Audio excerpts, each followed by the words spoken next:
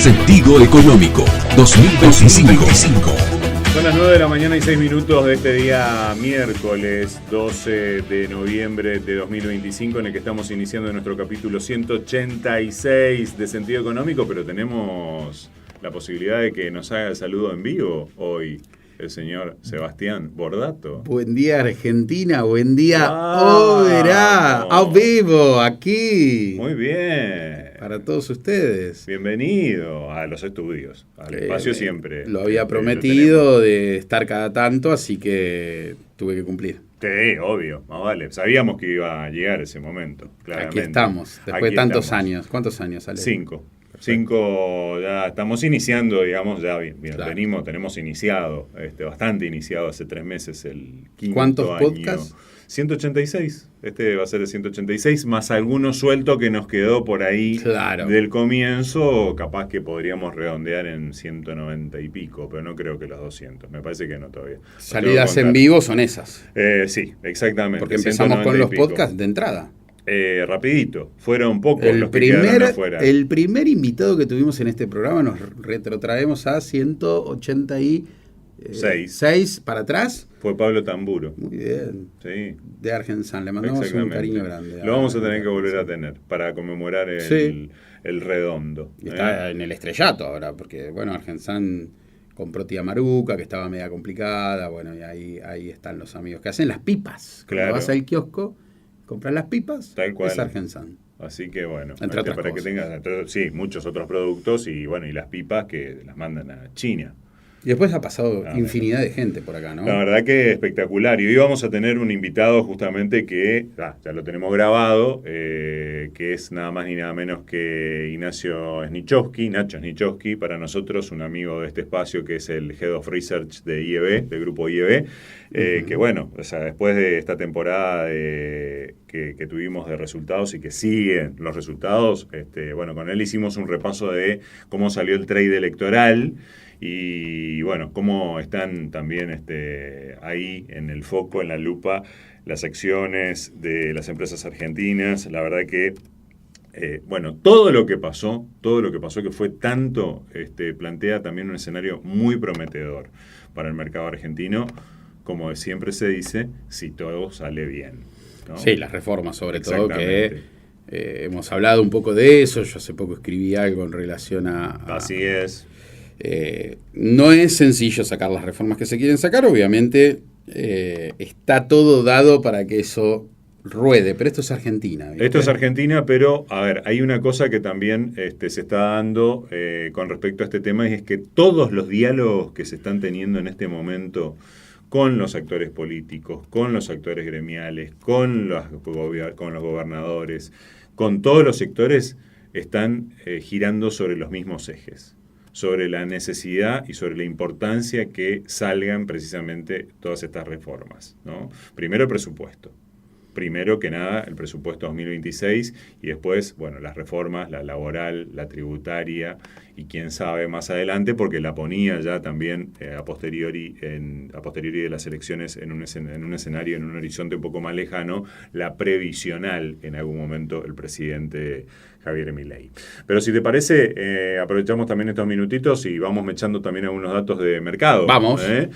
Porque, bueno, si bien el mercado estadounidense tuvo una reacción positiva en estos últimos días, porque hace un par de días que se viene hablando de que para pasado mañana se estaría abriendo nuevamente el gobierno de los Estados Unidos, porque está cerrado, porque nunca pudieron lograr acordar el déficit, en definitiva, y cuando se llega al techo y chau, se terminó, se cierran las reparticiones y de hecho no se dan algunos indicadores, inclusive porque no están funcionando las distintas instituciones, algunas instituciones de los Estados Unidos. Bueno, en ese aspecto ayer estuvo mixto, el S&P cerró 0,21 positivo, el Nasdaq cerró para atrás, 0,31, pues se dio vuelta en el día también, había arrancado bastante verde alguna de las 7 magníficas, después, por ejemplo, Nvidia se vino para atrás, Dow Jones más 1,18%, y bueno, los inversores recibieron también con optimismo la aprobación del Senado de los Estados Unidos del plan presupuestario, que ahora tiene que ir a lo que sería el equivalente a la Cámara de Diputados nuestra, ¿sí? Porque esto es el Senado, bueno, ahora tiene que ir a diputados el nuevo plan, digamos, y el acuerdo entre los demócratas y los republicanos para poder a reabrir el gobierno. Rebotó el oro después de 3 semanas de baja también, y también subió el petróleo, 1,5%, completando el cuadro. Diga. No, que en el primer punto que decís le dimos una manito porque se cerró parte del swap y salieron con ganancias, así que presupuesto americano, ¿qué tal? Argentina colaborando un poquito, ¿no? Una puntita. Algo es algo, ¿no? Por supuesto. Está No, bien. vale. Bueno, ayer acá, Merval 0,22% en pesos, 0,74% en dólares. El índice estuvo en torno a los 2.000 dólares aproximadamente, con escaso volumen por el feriado de Estados Unidos. Porque, ¿qué es lo que no hubo ayer? Bonos americanos, porque era el Día de los Veteranos. ¿Sí? Después acciones, sí, porque ya comentábamos justamente los índices. Comercial estuvo 14,12% arriba, Miribor 5,98%, de las más destacadas de los papeles argentinos. Dólar, el dólar está ahí, donde dijeron que iba a estar, cómodo. Más o menos, con la mano. 1.500, exactamente. 1.454 el MEP, el contado con liquidación 1.480, y bajó un poco el mayorista en el día de ayer. ¿Sí? Cerró en alrededor de 1.413, 1.414 aproximadamente, si no recuerdo mal. ¿Sí? Bueno, y hoy inflación. Inflation. Exactamente. ¿Siguen siendo negocio los bonos atados a CER? Bueno, te pagan 8% más inflación, así que hay algo de cobertura ahí. Todo se pone más finito, Ale. Claro. Está difícil ahora administrar carteras de pesos, está difícil decidir por parte del cliente, porque bueno, comprimió la tasa y está todo estable, como debe ser. Claro. Y ahora hay que usar mucha inteligencia y ver. Yo creo que más que si sirve o no sirve, es pensar qué es lo que vos estás cubriendo, lo que querés cubrir. Es muy importante eso. Si vos tenés muchos pasivos atados a la inflación, bueno, qué mejor que comprarte un bono que te da inflación más 8% de tasa. Redonda. Si vos competís más o tenés atados contratos privados en tu empresa por tasa, por TAMAR, porque hay contratos que se fijan por TAMAR, bueno, comprate tasa fija. Pero sí, la inflación será del 2% seguramente, Ale, no sé qué información tenés, más o menos. Bueno, diferentes, o sea, a ver, lo de piso 2,2%, que es la media del relevamiento expectativa de mercado, y el techo sería 2,4%, que son los pronósticos más, los peores, por decirlo de alguna manera. Y bueno, la tasa fija está rindiendo puchito arriba de eso, si la querés mirar en TEM, que es como se suele ver, anda en esos valores. Mensual, sí. Exacto, ahora si querés te digo más o menos cómo cerró Ciudad de ayer. Buenos Aires, mientras tanto te voy tirando, cerró con 2,2% la inflación mensual también, ¿sí? Así que bueno, como para que se tenga idea, ahí tenemos, sí. En TEM, qué chiquito está esto y qué viejo que estoy, ¿no? En TEM tenés, por ejemplo, no sé, en febrero hay un poquito desarbitrada la S27F6, está en 2,38, pero si no todo está más o menos, no sé, la T30 E6, podría agrandarlo, ¿no? Claro, sí. Está rindiendo 2,29, tenés la S29Y6, que siempre me gustó, mirá cómo comprimió, 2,32, es decir, en línea, esto es mensual, con lo cual en línea con la inflación. Así que, y te diría que hasta está bastante arbitrado, porque está puchito arriba, si querés, que inflación. Ahora, para el inversor que no tiene que hedgear un pasivo, ¿sí? Claro. Entonces ahí está más fácil, porque o comprás Dollar Link, que también están rindiendo muy bien, o comprás tasa fija o comprás CER. Para el inversor que dice, no, bueno, yo soy un inversor, quiero apostar al peso, decime qué comprar. Bueno, combinar un poquito entre inflación, porque acordate, Ale, que los bonos rinden inflación más algo, quizás la tasa fija, si vos decís la inflación va a caer, vamos a ir a niveles de 1, y bueno, me gusta más la tasa fija, porque estamos en 2 y pico, la compras hoy. Bueno, pero tenés duales. Y largo. Y tenés los duales, que los duales no son más los duales de antes, ¿te acordás que eran devaluación o tasa? Ahora son inflación o tasa. Con lo cual, el dual te cubre las dos cosas, digo, claro. Si no querés asumir riesgo, pero no tenés toda la curva de duales, vos tenés bond cap, que son capitalizables, y las LECAP, eso por el lado de tasa fija, y tenés algunos duales, como bien decís, pero no hay mucho. Tampoco. No, es medio... No hay una curva, ¿viste? El menú es medio escaso. Exactamente. Si lo querés ver, te digo solamente para el que piensa más en TNA, estamos en orden de la S29Y6, que es la que vence en mayo del año que viene, 30%, y te hablé de la T3F6, que es la de febrero, la del 13 de febrero, 29,13.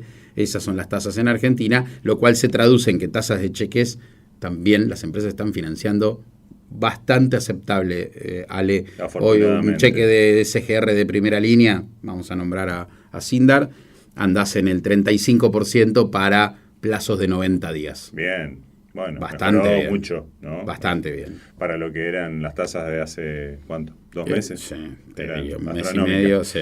Bueno, y cerramos esta etapa del programa para dar paso a la charla con Nacho Snichowski, comentando de que, bueno, se dio a conocer a través de declaraciones de Vladimir Berning, el vicepresidente del Banco Central, habló Caputo también sobre que no habrá libre flotación del dólar por el momento, que eso se verá el año que viene recién, que se prevé eliminar el cepo cambiario para las empresas recién en el segundo trimestre de 2026, cuando se espera mayor ingreso de divisas.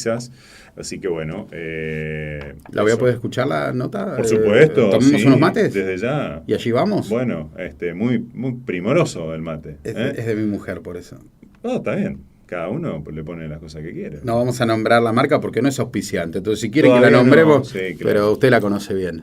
Sí, claro. Bueno, pasa que cuando uno compra mucho ahí, sí, tiene le da mucha mariposa. El cliente acá también es Jorge. Sí, tal cual. Así que bueno, damos paso a la charla con sentido... Sentido Económico 2025. Y en este episodio número 186 de Charlas con Sentido y de Sentido Económico tenemos el gusto de recibir a un viejo conocido nuestro, no porque sea viejo, porque es joven, pero es de nuestra primera época de nuestro programa y de nuestro podcast con Seba, que hoy no pudo estar, lamenta mucho no poder estar, acompañándome para charlar con Ignacio Snichowski, que es Head of Research del Grupo IEB, como dijimos antes, un amigo de este espacio, y al que no podíamos dejar de invitar en medio de no solo todos los acontecimientos recientes, sino además también por la llegada de la temporada de balances de empresas. Así que, bueno, con un montón de balances de Vista, de Meli, de YPF, ahora hace poquito,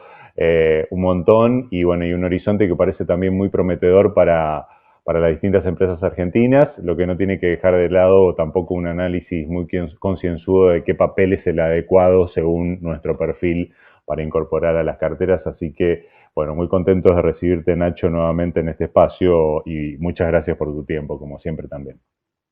¿Qué tal? ¿Cómo están? Bueno, muchas gracias a ustedes, un gusto volver a estar acá con ustedes, así que el gusto es mío, como siempre. Bueno, nosotros te agarramos con el paso cambiado porque justo estabas haciendo un roadshow de carteras, porque IEB tiene un espacio ahora que inauguró hace relativamente poco tiempo, que es el IEB House, en donde estuviste haciendo presentaciones de carteras previo a lo que fue las elecciones, y bueno, en la transición entre las elecciones en la provincia de Buenos Aires y las elecciones nacionales. Pero bueno, antes de entrar por ahí en cuestiones más específicas y de empresas y de papeles puntuales y de resultados, quisiera preguntarte un poquito, bueno, ¿cómo viste todo, cómo se fueron desarrollando todos estos acontecimientos que se fueron produciendo en estas últimas semanas? Porque parece que hiciera hace un montón, que pasaron algunas cosas, pero bueno, hace relativamente poco tiempo, y en el medio, además, bueno, con una irrupción y con una colaboración de Estados Unidos tremenda, increíble, y que me imagino que habrán visto a ustedes también con mucha sorpresa, porque la verdad que es algo inédito lo que pasó, ¿no? Sí, la verdad que sí, es totalmente inédito en monto y en magnitud y en contundencia, ¿no? del mensaje. Uh-huh. Te diría que uno debería remontarse a México durante el tequila y después a Uruguay en el 2002, pero fueron montos mucho menores y no con la contundencia que ha tenido claramente producto de un momento muy especial para Argentina para estar alineado geopolíticamente con Estados Unidos, ¿no? Ujú. País si querés, la única economía grande de Latinoamérica que tiene ese alineamiento, ¿no? Porque ni Brasil ni México hoy por hoy lo tienen. Chile y Colombia, aliados históricos en el pasado de Estados Unidos tampoco, y Uruguay que venía también está. Entonces, en ese sentido me parece que pagó este alineamiento. Y un poquitito mencionándote lo de las carteras, sí, nosotros, a ver, arrancamos el trade electoral, nuestra idea de trade electoral, con una idea de que obviamente el sector más sensible a cambios en el riesgo, es el bancario, para bien o para mal, ¿no? Y obviamente la primera etapa, y que incluye las elecciones provinciales de la provincia de Buenos Aires, y lo que siguió después hasta que empezó a tomar forma el salvataje de Estados Unidos, la tesis estaba correcta, obviamente, subió fuerte el riesgo, los bancos no pararon de castigarlos de una manera muy, muy, muy fuerte. Superbill llegó a cotizar por debajo de $4, ¿viste? Valores que realmente uno no pensaba que iba a haber tan bajos. Entre medio tuviste la temporada de balance desde el segundo trimestre, que para los bancos fue mala. Eso exacerbó aún más todavía la presión vendedora. Y entonces nosotros, como bien vos decís, una vez pasadas las elecciones de la provincia de Buenos Aires, sacamos un reporte, digamos, en el que un poquitito queríamos plasmar esto de elige tu propia aventura, planteando dos escenarios, ¿no? Había uno que ya estaba, la provincial había sido una sorpresa negativa para el oficialismo y el mercado claramente lo tomó muy mal. Entonces planteamos dos escenarios. El primero era el que nosotros, digamos, veíamos desde antes, digamos, si querés, de la elección de la provincia de Buenos Aires, que era un triunfo del oficialismo, que era una cartera de equity con una buena proporción de bancos, que son los más sensibles al riesgo, pero para aquellos que consideraban que el escenario no iba a ser ese, sino que iba a ser un empate o una diferencia más o menos bastante negativa para el oficialismo, Claro. planteamos una cartera más defensiva que básicamente lo que tenía era ONs, que ahí vas a tener, buscamos ONs que tuvieran una duration razonable, entre 3 y 4 años, y una TIR que no bajara del 8%, básicamente. Entonces, esas dos eran como las carteras, porque en un momento también pensamos una cartera intermedia también, de meterle algo de equity de afuera, pero también estaba el escenario posible de que el equity afuera se complicara, con lo cual fuimos bien por una cartera agresiva, que era equity argentino, y una más defensiva, que era Norenes, ¿no? ¿Sin preocupación por el tipo de cambio o eso de alguna manera también estaba contemplado? No, sin preocupación porque, a ver, si el escenario era, si tu escenario, digamos, tu aventura era un triunfo del oficialismo e ibas por acciones, veíamos que el tipo de cambio se iba a estabilizar o bajar. Por ahí la sorpresa es que por ahí esperábamos que el descenso fuera más brusco, no fue tanto, pero bueno, sí se estabilizó, no hay dudas. Y después si tu escenario era un escenario malo, bueno, las ONs eran todas hard dollar, con lo cual ante una variación del tipo de cambio estaba cubierto. Claro.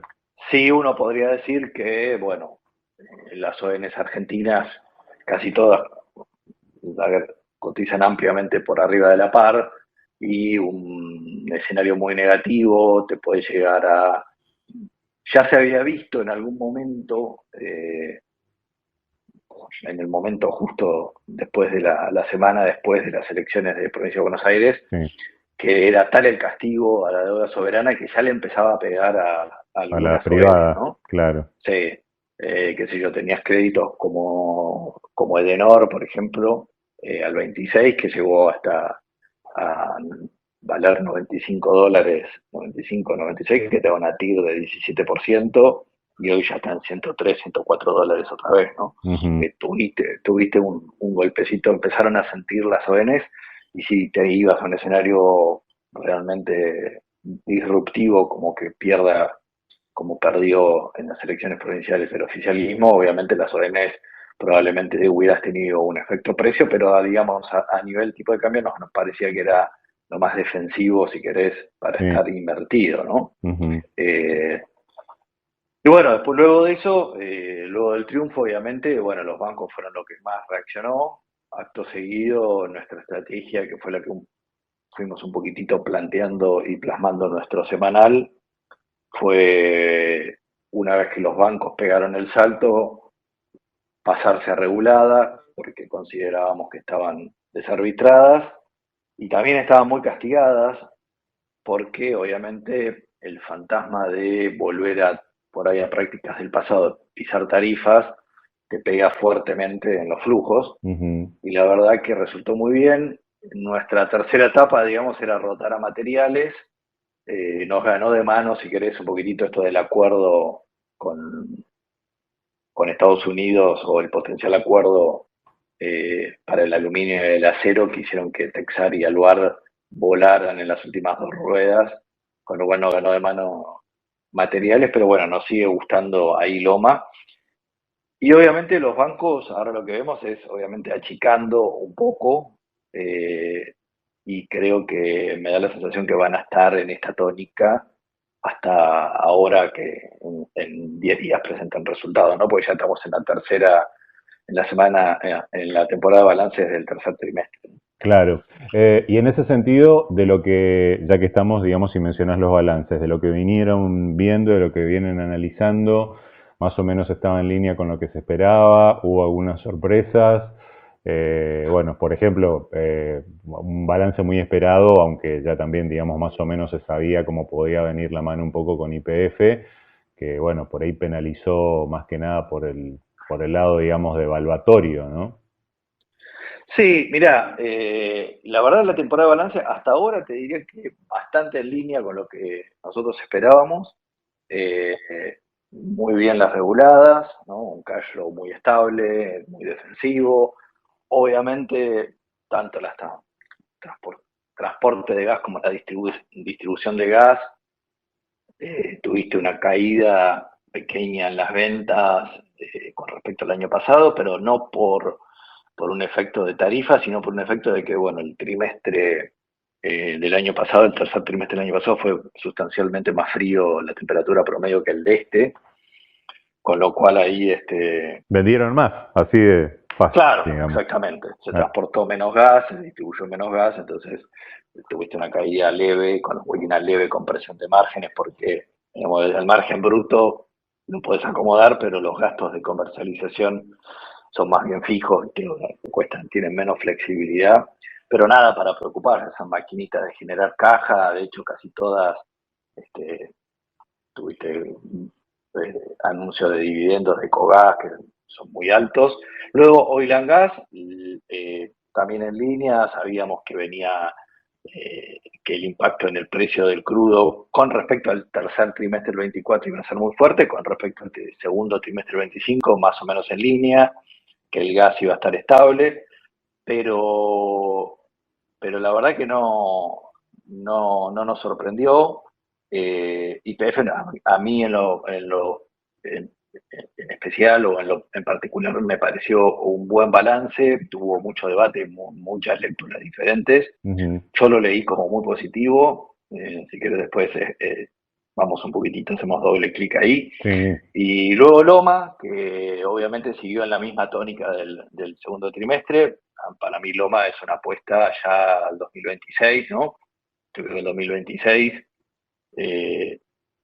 con este este recambio y este renovado optimismo y este recambio legislativo le puede realmente permitir al oficialismo no solamente bloquear juicio político y proyectos que atenten contra el superávit fiscal, sino incluso destrabar reformas claves, ¿no? Que es un poquito lo que va a plantear el oficialismo para las sesiones extraordinarias. Entonces, en ese sentido, realmente, si vamos por ese camino, el 2026 debería ser un año que se retome el crecimiento, que siga bajando la tasa de interés, y en ese contexto, digamos, lo más sensible que tenés y que vuelva, al retornar el nivel de actividad, lo más sensible que tenés es construcción y bancos, ¿no? Crédito que se había prácticamente congelado en el segundo y tercer trimestre, que se vuelva a reactivar, y construcción que tiene mucho todavía por crecer. Loma no nos sorprendió que viniera el balance malo que venía, o sea, estaba para mí, y de hecho el mercado lo tomó así. Fíjate que no fue así en el segundo trimestre, cuando reporta Loma. Loma venía defendiendo muy bien los márgenes, venía defendiendo muy bien el EBITDA por tonelada de cemento despachado, pero en el segundo trimestre le impactó fuerte, y me acuerdo que ese día, en medio de todo el caos que ya era, Loma cayó un 10% después de reportar, ¿no? Porque el mercado no lo esperaba, ese balance tan malo, ¿no? Claro, pero de cualquier manera, a ver, pertenece a esa, yo me imaginaba cuando vos ibas describiendo un poco los sectores, ¿no? Y el nivel de impacto y quién está más cerca del frente de combate, por decirlo de alguna manera, materiales en una tercera línea que recién va a comenzar, digamos, con esa recuperación en función de ese driver que vos acabas de mencionar muy bien también hace un momento, ¿no? Con lo que, digamos, estamos hablando de un avance ya observando, digamos, y delineando una cartera mirando al año que viene, ¿no? Correcto. Con un crecimiento, digamos, por ese lado, y con algunas otras empresas que, bueno, a ver, está bien. El problema que tenemos y de que hablamos siempre por ahí, ¿no? Es que nuestro mercado por ahí es relativamente acotado en cuanto a oferta de papeles, con lo que, bueno, por ahí no hay demasiado sobre lo cual diversificar, digamos, tampoco en este sector, y también, digamos, en sectores, ¿no? Sí, correcto. O sea, básicamente uno podría decir que a grandes rasgos el 80% del mercado es oil and gas y bancos, con una fuerte ponderación en bancos, y ahí sumar reguladas y ya prácticamente tenés todos los sectores. Tenés casi todo, tenés ahí, después alguna dando vuelta, un poquitito de materiales, un poquitito de telecomunicaciones, servicios financieros si querés, pero es eso, ¿no? Es tal cual lo que vos decís de nuestro mercado. Pero bueno, lo que se vio sí fue luego de la elección de la elección nacional, así como el día después de PBA tuviste un récord de sell-off de acciones, Claro. no solamente en baja, sino en volumen, porque se hicieron 1.200 millones de dólares solamente en ADRs. El día después de la elección de octubre, tuviste un récord, no solamente en suba, que fue la suba más alta del Merval en toda su historia en un día, sino que también tuviste un récord de volumen. 2.400 millones de dólares ingresaron al mercado de equity argentino en un día, ¿no? Y toda esa semana fue un flujo, al otro día casi 1.000 millones de dólares, al otro día 800 millones, y bueno, lentamente pero fue impresionante el flujo que tuviste de vuelta a la renta variable argentina, ¿no? ¿Cómo lo seguís observando, Nacho? Y bueno, ahora, a ver, en estas últimas ruedas volvimos a valores bajos, promedio bajos, te diría, lo cual, si querés, tiene todo sentido, ¿no? O sea, siempre ocurre que se toma una posición, viste que armar una posición en el equity argentino grande sin mover precios es medio difícil, es para los fondos. Entonces, me parece que tiene sentido, se armó la posición y ahora, bueno, ahora se espera, ¿no? Claro. Entonces tiene sentido. El esperar y ver, el famoso esperar y ver ahora. Sí, porque a ver, si uno factoriza todo, digamos, el equity argentino tiene todo para volver no solamente a los máximos que alcanzó en enero del año pasado, los 2000, casi 2.400 puntos, sino superarlos. Pero obviamente necesitas algunas condiciones. La primera es que continúe bajando el riesgo del país, que bueno, viene bien encaminado. Y la segunda es que si vos, cuando uno se retrotrae y uno hace el ejercicio y nos paramos en diciembre del 2024, y la verdad que las expectativas que teníamos, uno ahora debe hacer, digamos, eran muy altas, ¿no? Ujú. Después, bueno, vino, viste, la tensión, haciendo un poquitito recapitulación rápida, ¿no? Sí, Vino sí, la tensión por ¿te acordás? En febrero, marzo, que no se cerraba, que se cerraba el acuerdo con el fondo, que no se cerraba, que se claro. cerraba, que no se cerraba, el dólar que empezó a... Llegó el viernes, salimos del cepo, el mercado reaccionó bien, pero después volvieron otra vez las dudas por la salida de las LEFI, que la tasa se empezó a ir por las nubes, el nivel de actividad se paró, después tuviste lo de la elección de Provincia de Buenos Aires que te disparó el riesgo país y siempre el Tesoro vendiendo dólares para ahí en el techo de la banda hasta que se anuncia el acuerdo con Estados Unidos. Ahí un poquitito toca un piso y a partir de ahí, pero teníamos unas expectativas muy altas, entonces a lo que voy es que me parece que el mercado hoy compró este renovado optimismo y ahora no quiere cometer el mismo error que hizo la otra vez de sobrepagar expectativas, ¿no? Claro. Vamos a ver cómo que esto es el gran desafío de este segundo tramo, ¿no? Del oficialismo. El primer tramo fue un tramo de normalización, por decirlo de alguna manera, y ordenamiento de la macro. Este segundo tramo tiene que ser un tramo en el que esa organización y esa normalización de la macro empiece a derramarse en la micro y en el nivel de actividad y que la gente lo perciba y que los sectores lo perciban y que las empresas empiecen nuevamente a crecer, ¿no? Claro. Ahora, Porque has tenido un crecimiento formidable. De hecho, si uno mira el nivel de actividad agregado, ¿no? Agregado, este año tocó máximos históricos. Lo que pasa es que cuando vos entras a desagregarlo, es muy heterogéneo, porque tenés los que se llevaron la mayor parte del crecimiento fue oil and gas, minería, el campo, pero después, qué sé yo, consumo interno, masivo, industria, metalmecánica, construcción, textil, todo eso sufrió fuertemente, ¿no? claro, porque están también con unos niveles de actividad también muy bajos y que todavía obviamente no logran Claro, y tenés reponerse.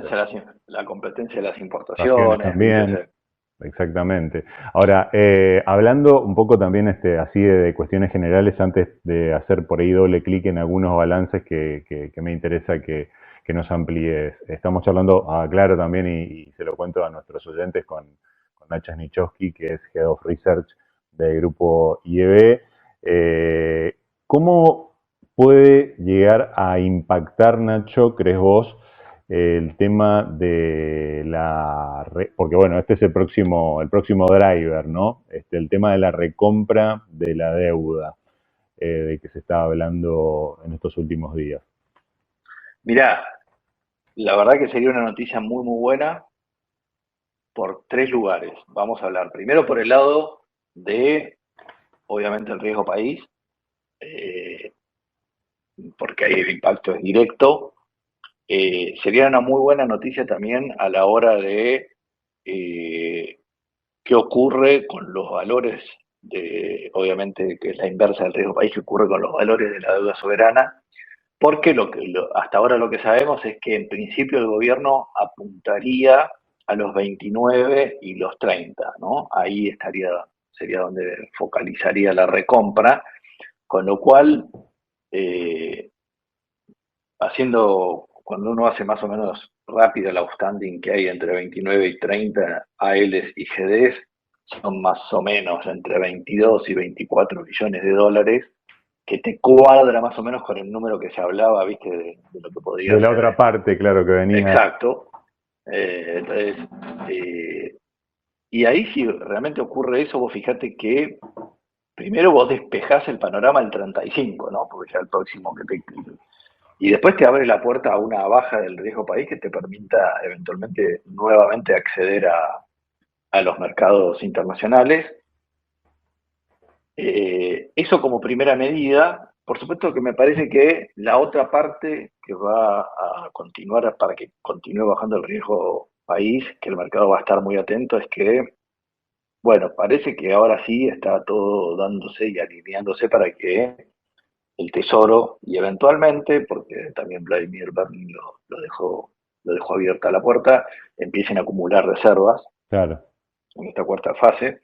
Y para el equity obviamente es muy bueno porque hay una correlación directa entre el riesgo país y el valor de los activos argentinos de cualquiera, porque obviamente al bajar el riesgo país te baja el riesgo, y al bajarte el riesgo cualquier activo argentino vale más y bueno, las acciones valen. Quiero decirles que Grupo IEB, empresa líder en el mercado financiero, sigue brindando soluciones de financiamiento a individuos y empresas. IEB, agente de liquidación y compensación y agente de negociación integral, matrículas NB 246. Y bueno, también nuestros amigos de Net Finance que nos acompañan y acompañan el crecimiento de las inversiones personales y el financiamiento PYME, optimizando los flujos de cajas del litoral y con presencia en todo el país. Net Finance, agente asesor global de inversión, matrículas NB 1158. Así que bueno, de paso aprovechamos, Nacho, y metimos dos de nuestros clientes que nos acompañan en el programa y en el podcast. Bueno, nos decías, nos decías que no te vas a enojar por ninguno de los dos, lo conocés a los dos. No, claro que no. Grandes amigos. Nos decías que, bueno, del impacto positivo que va a tener también en el equity argentino. Claro, porque el riesgo país no es más que una tasa de riesgo, es una tasa de descuento, ¿no? Entonces, si vos te baja el riesgo país, te baja la tasa de descuento, cualquier activo vale más, cualquier activo argentino vale más. Las acciones no son más que representación de los negocios, de negocios de empresas, y las empresas valen más. O sea, vos, entonces, claramente una baja de riesgo país le da aire al mercado de equity para que tenga más valor. Entonces, por esos dos lados es una excelente noticia, ¿no? Te va a dar mucha previsibilidad a los próximos vencimientos de la deuda soberana, te permite dejarte ahí a las puertas de acceder nuevamente a los mercados de capitales y de rebote te baja te da más valor en el mercado de equity, ¿no? Perfecto. Bueno, y acá, cuando hablábamos hace unos minutos antes del balance de YPF, es como que tenemos que hablar de YPF porque es una de las empresas que concita, digamos, el mayor interés, que todos los días tiene el mayor volumen operado, uno de los mayores volúmenes operados también dentro del mercado argentino y bueno, y también obviamente de mucho interés sus ADRs. Ahí hacemos un pequeño zoom y nos gustaría que nos cuentes, teniendo en cuenta de que YPF viene avanzando en un plan muy ambicioso que, bueno, a lo mejor no lo dejó con mucha caja, pero sin embargo le dejó otro tipo, digamos, de ventajas, por decirlo de alguna manera, y decisiones que fueron tomando a lo largo de este último año, podríamos decir, ¿no? Sí, a ver, la estrategia que planteó Marín y el nuevo management, la verdad que de entrada nosotros consideramos que era la verdad que la correcta. Por supuesto, cuando un management toma el control de una compañía y presenta un plan, uno después lo que va evaluando en los sucesivos trimestres es la capacidad de ejecución de lo que te dicen, ¿no? Y la verdad que el management ha probado que lo viene haciendo, viene cumpliendo con ese plan. Obviamente hay cosas que hubieran sido deseables que fueran a otra velocidad, por ejemplo, el deshacerse de las áreas más convencionales y maduros más rápido, pero bueno, uno también tiene que ponerlo en el contexto que no es lo mismo deshacerte de un área convencional con un crudo a 75 que con un crudo a 65, 64, claro. Cuesta mucho más. Pero bueno, la gran noticia, si querés, de este balance fue que, a ver, yo como puntos destacados diría el tremendo crecimiento tanto en gas como en crudo de shale, de la producción shale en Vaca Muerta, y el tremendo tremendo descenso tanto en crudo como gas de la producción convencional, y eso se traduce fuertemente en un colapso, te diría a esta altura, de los costos de extracción, ¿no? Que venían promediando los 14, 15 dólares, se te desploman hasta 8 dólares y algo. Y si vos tomás solamente los del Core Hub, que sería lo que es Vaca Muerta puramente, ya sin nada de convencional, Sí. 4,5, ¿no? Pero lo interesante es este cambio, ¿no? De bajar de 14, 15 a 8. Eso le permitió a YPF, a pesar de que la producción, cuando vos la medís, no creció tan fuertemente el volumen de producción, tuviste un reemplazo fuerte de shale por convencional, y eso te volvió mucho más rentable la compañía, porque el margen de EBITDA se expandió, a pesar de que no tuviste un crecimiento y tuviste precios del crudo sustancialmente más bajos que los del tercer trimestre del 24. Similares a los del segundo trimestre del 25, pero muchísimo más bajos que los de un año atrás. Claro. Entonces, en ese sentido, fue muy bueno. Obviamente, nosotros sabemos y venimos acompañando a quienes venimos siguiendo la acción, sabemos que es una acción que viene con free cash flow negativo desde hace varios trimestres, y descontábamos que este trimestre iba a ser igual, y además iba a ser peor porque tenías la compra de los activos de Total. Uno podría discutir si era con la deuda que tenía y ya con un free cash flow rojo, con un apalancamiento relativamente alto, si era el momento para comprarlo o no.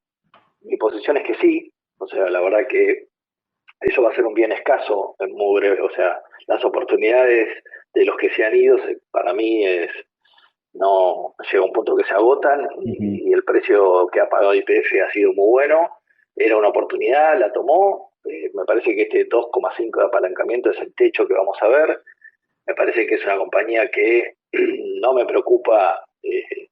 Fíjate que la caja la mantuvieron en $1.000 millones, obviamente tomando más deuda, porque necesitan tener la caja, Claro. pero yo creo que vamos a tener 3, 4 trimestres más de free cash flow negativo. Después es una compañía que rápidamente da vuelta el free cash flow, y no me extrañaría que para el año 2027, fin de 2027, 2028, te empiece a pagar dividendos, ¿no? Porque realmente va a ser una generación de caja brutal. Imagínate que ya a partir de 2026, ya ni te cuento de ahí en adelante, empieza a estar operativo el oleoducto Vaca Muerta, oleoducto sur, con lo cual tenés un ramp-up importante del volumen de producción. Vas a seguir deshaciéndote de áreas maduras, con lo cual vas a seguir con bajando incrementando la producción, pero bajando los costos de extracción, con lo cual vas a rentabilizar toda la operación, ¿no? Entonces, a mí no me preocupa haber hecho techo en 2,5 de apalancamiento. El resultado neto negativo, eso la verdad que estuvo muy mal leído, sobre todo por los analistas de afuera, porque acá hay un detalle técnico que no quiero aburrir tampoco a los que nos están escuchando, pero bueno, hay algunas compañías que eligen tener como moneda funcional al dólar. Son 4 nada más: YPF, Pampa, Texar y San Miguel. Pero el balance impositivo, el que vos presentás a la bolsa y le presentás a Arca, es en pesos, tiene que estar en pesos. Entonces, cuando vos tenés una devaluación, tenés un impacto muy fuerte, sobre todo las compañías que tienen mucho property, plant and equipment, ¿no? Eso te crece enormemente. Entonces, el impuesto a las ganancias parece que te da a pagar una locura, pero es un tema contable, eso no tiene impacto en caja, no se paga realmente eso, porque después eso se va neteando y se da vuelta. Entonces, el resultado neto que vos viste, o sea, lo que pasa es que los norteamericanos están muy acostumbrados al PI y a ver el net income, y viste que ellos, cuando ven el consenso, ven ventas y EPS, y beneficio por acción. Claro. O sea, ventas y net income, eso es lo que miran, ¿no? Pero bueno, eso acá, el PI y el net income está muy sucio en Argentina, ¿no? Y sobre todo en una empresa como YPF, que tiene la moneda funcional del dólar, y eso es lo que ocurrió, que también le ocurrió a Pampa, curiosamente. A Pampa le ocurrió lo mismo, también tuvo un resultado neto negativo, pero también, o sea, no tiene impacto en caja. En diciembre del año pasado le pasó lo mismo a las dos compañías. Perdón, diciembre del año pasado, no, diciembre del 23, cuando fue la devaluación fuerte del oficial, y bien asumió Milei, le ocurrió lo mismo a las dos compañías y tampoco tuvo impacto en caja. O sea, es un tema simplemente impositivo contable, si querés, ¿no? Bien, me interesa también que hablemos un poquitito más de Pampa también, que tiene otras características, ¿no? Al margen de que tiene esta similitud en cuanto a cómo le pega, por decirlo de alguna manera, al tema del dólar. Antes de ir redondeando también la charla con Nacho Snichowski, les cuento a nuestros oyentes que Transporte Goichik, transporte de media y larga distancia para cargas generales, paletizadas, bebidas y contenedores en todo el norte argentino, también nos acompaña aquí en Sentido Económico, que queda en Leandro Nelén, Misiones, Transporte Goichik, y Funcional Lubricentro, que levanta la bandera que mantener tu vehículo en condiciones sea un disfrute. Ustedes también son muy constructivos, volviendo a la charla, Nacho, con Pampa, a pesar justamente de esos resultados. Se vieron, digamos, satisfechos por los resultados. La verdad que Pampa presentó un trimestre muy, muy bueno. Pampa, en lo que es crudo, es un player que está creciendo, ¿no? Recién está en una producción de 17.000, 18.000 barriles diarios. El plan de la compañía es llegar a 20 para fin de año y 45.000 a fin del año que viene. No porque no tenga plata para hacer el CAPEX, sino porque tiene que calzar eso con el cuello de botella que tiene hoy Vaca Muerta, que es la capacidad de evacuación. Y Pampa, fíjate que no es casualidad que se haya notado en todos los proyectos que hay, ¿no? Es socio en el oleoducto Vaca Muerta, oleoducto sur, socio junto con YPF también en CESA, Southern Energy, que va a ser el proyecto de licuefacción con los buques flotantes. Entonces va a intentar, por un lado, monetizar sus reservas de gas con ese proyecto, y por el otro lado, poder seguir con el crecimiento en la producción en Rincón de Aranda, que es el área que opera en Vaca Muerta. Pero después sus negocios de generación, la verdad que vienen muy, muy bien.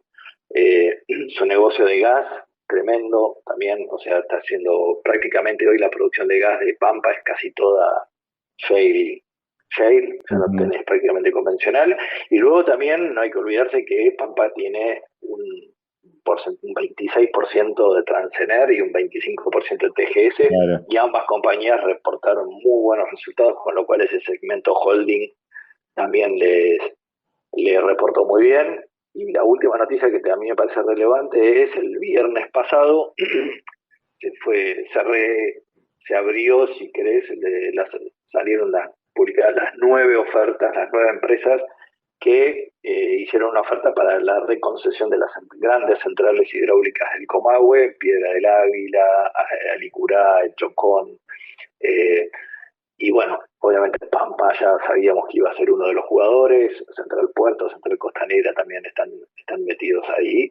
Vamos a ver cómo resulta eso, pero bueno, obviamente tienen intención de, a un precio competitivo, seguir creciendo en generación hidráulica por ese lado, ¿no? Uh-huh. Así que sí, la verdad que obviamente que el futuro de Pampa viene por los proyectos estos de infraestructura y por el crecimiento fuerte de crudo en Rincón de Aranda, que va marchando según lo que el plan, que también otra compañía que te presenta el plan y después la ejecución es impecable, ¿viste? Pues te dicen a fin de año vamos a llegar a los 20.000 barriles y ya cerramos septiembre y están en los 18.000. Claro. Y de paso, como dato así, digamos así, de costado, que va por la banquina, recompraron deuda también. Recompraron deuda y colocaron deuda. Se convirtió en la primera compañía privada, no fuera de YPF, colocaron un bono a 12 años, ¿no? Es interesante eso de la deuda que mencionaste, está muy bueno, Ale, porque en estos últimos, luego de terminadas las elecciones, ya si esta colocación que anunció que va a hacer Pluspetrol, entre TGS, Pampa, YPF y Pluspetrol, etcétera, fíjate todo, o sea, la plata para Vaca Muerta está, y si Pluspetrol coloca el máximo que tiene planeado colocar, estaríamos hablando de que las compañías lograron levantar casi 4.000 millones de dólares en 2-3 semanas en colocaciones internacionales, ¿no? Sí. A unas tasas muy, muy buenas realmente, y con plazos muy, muy buenos. Con lo cual ahí te das cuenta que el interés que hay por los inversores en este sector, ¿no? Claro. ¿Qué haces con la plata? Pues ahora te van a dar la plata. Y vos pensabas que te ibas a quedar con Pampa un tiempo. ¿Para dónde va la liquidez? Sería la pregunta. Por último, o sea, bueno, y ya como para redondear también, Nacho, y abusando de tu tiempo y agradeciéndote como siempre por participar con nosotros, de lo que viene por delante para lo que queda del mes, bueno, hay fuertes resultados de bancos que vienen de un periodo en donde no les fue bien.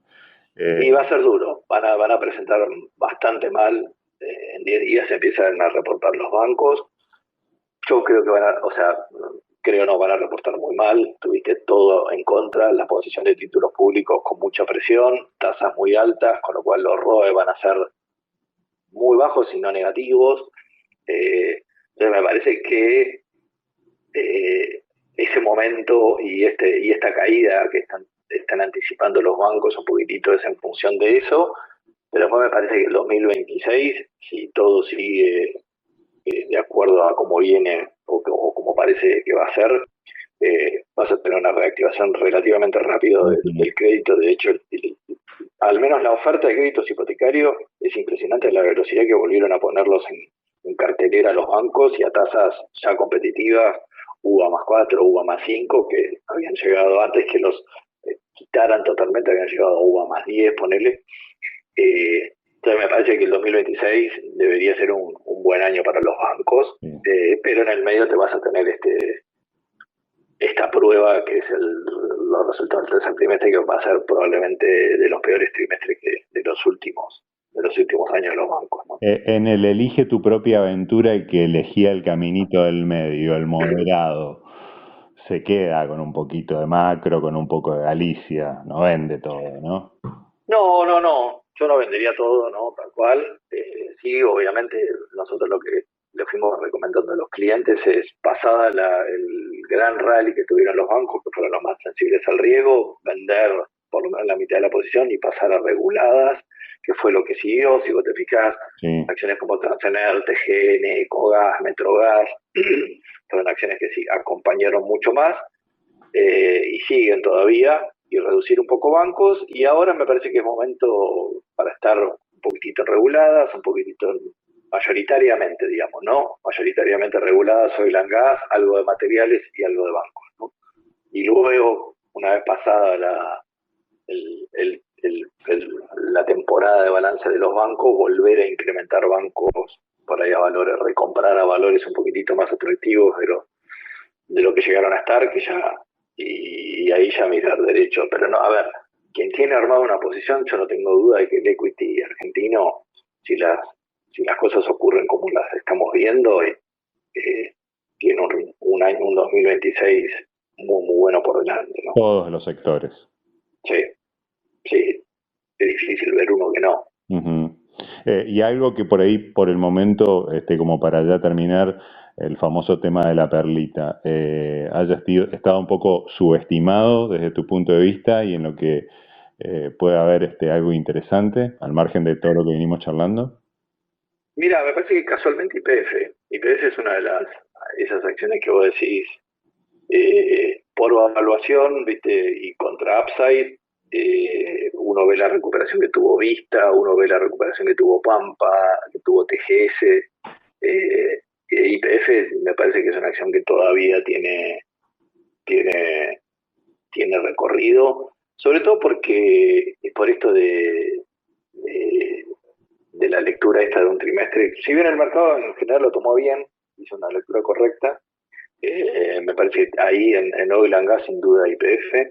Y luego, pasada la temporada de balance, los bancos argentinos quedan cotizando a múltiplos todavía muy atractivos, y si realmente tenés una vuelta fuerte del crédito y volvés a niveles razonables o medianamente razonables comparado con la región de préstamos sobre el Producto Interno Bruto, sobre el PIB, o sea, los valores de los bancos siguen siendo muy atractivos, ¿no? Uh-huh. Así que bueno, a tenerlos ahí, a no liquidar toda la posición, así tenemos un promedio bajo. Después cuando venga ese momento, porque bueno, la verdad hay que decir de que es un poco el consenso que hay en el mercado, ¿no? De que realmente si todo va como se proyecta y como se prevé, realmente el año que viene va a ser un año muy positivo, ¿no? Sí, Así sí, sí, sí, totalmente. Vos pensabas, a ver, cerramos ya y última, una compañía como Loma, por ejemplo, ¿no? Último balance, 50% de capacidad instalada ociosa. O sea, mirá lo que tiene para crecer sin poner $1 de CAPEX, ¿no? Claro, porque ya está, hay que ponerla a funcionar, nada más tiene Nada que más. haber demanda para que funcione y empiece a producir y empiece a vender. Tal Total. cual, tal cual.